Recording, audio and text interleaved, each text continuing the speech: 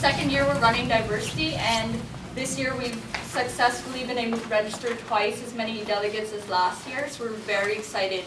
And it's true, like, we could not have gotten as much support from students without Positive Space, so we're very happy to have them here, and you learn a lot more about the campaign through this information session. So here today is Sarah Marnie, who's she's the program coordinator of the Sexual, Gender, and Diversity Office, as well as Sarah Jane, so we have two Sarahs. Sarah Jane, who's chair of the Positive Space Committee. So it'll take a bit of our time just to discuss what the campaign's about, and this will greatly help all of the students and all the teams work on their cases, as the entire case for diversity this year revolves around the Positive Space campaign at the University of Toronto. So I guess we can just start off. Thanks very much. So thank you very much, Frances. Yes, as she said, I'm Sarah Jane Finlay, and I'm the chair of the Positive Space Committee on the St. George campus. I'm also the director of faculty and academic life in the office of the vice president in Provost. So that's my full-time job, and as my volunteer role, I act as the chair of the Positive Space Committee. And Sarah Marnie Hubbard is the project coordinator for the Sexual and Gender Diversity Office, which is one of the main equity offices here at the university. So we're going to figure out how to use the computer. There we go. We're going to talk a little bit about lesbian, gay, bisexual, and transgender history here at the University of Toronto, and give you some background and perspective on that. We're going to talk about the Sexual and Gender Diversity Office, and then we'll give you an introduction to the Positive Space campaign, and look at some key issues which the campaign has been focusing on over the last year or two. As an introduction to that, we're going to run you through some of the basic language and terminology so that you know and understand some of the key terms. We're going to do a little exercise to help you recognize something called heterosexism.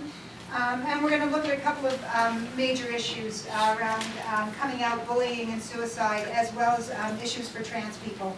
And then we'll point you in the direction of some basic resources.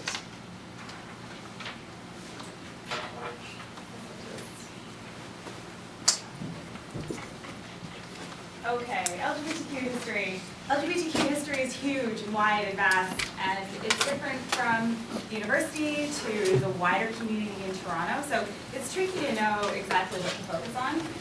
So I took some of the highlights.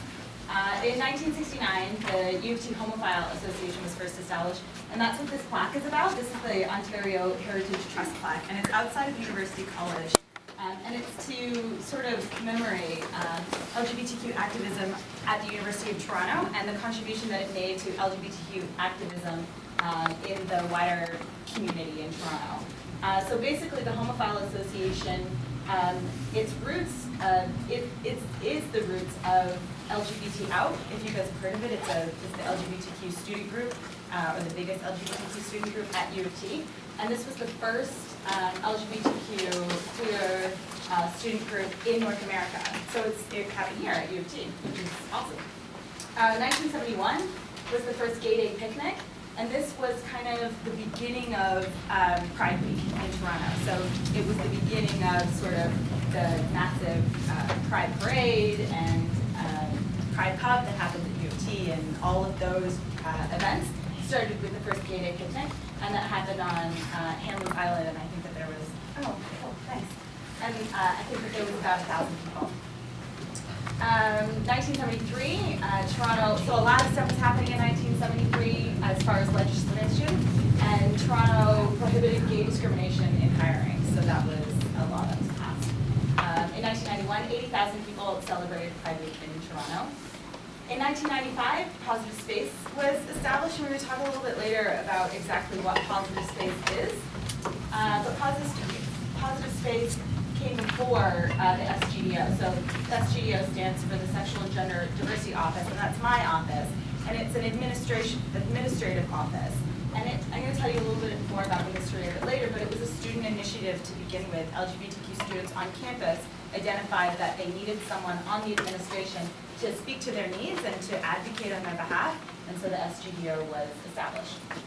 In 1999, the first well, not the first, the Toronto Mayor Mel Lastman participated in Pride Parade, and he sort of started now until this last Pride Parade, all of the mayors from 1999 until last year, when Rob Ford didn't participate, all of the mayors every year have participated, except for last year. And in 2011, over 1 million people attended Pride Week celebrations in Toronto. So you can see kind of, you know, it happened very quickly over kind of like a 30-year period, and very, very popular.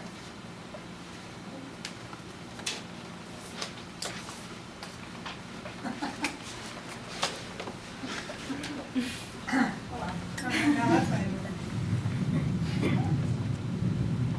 Any ideas?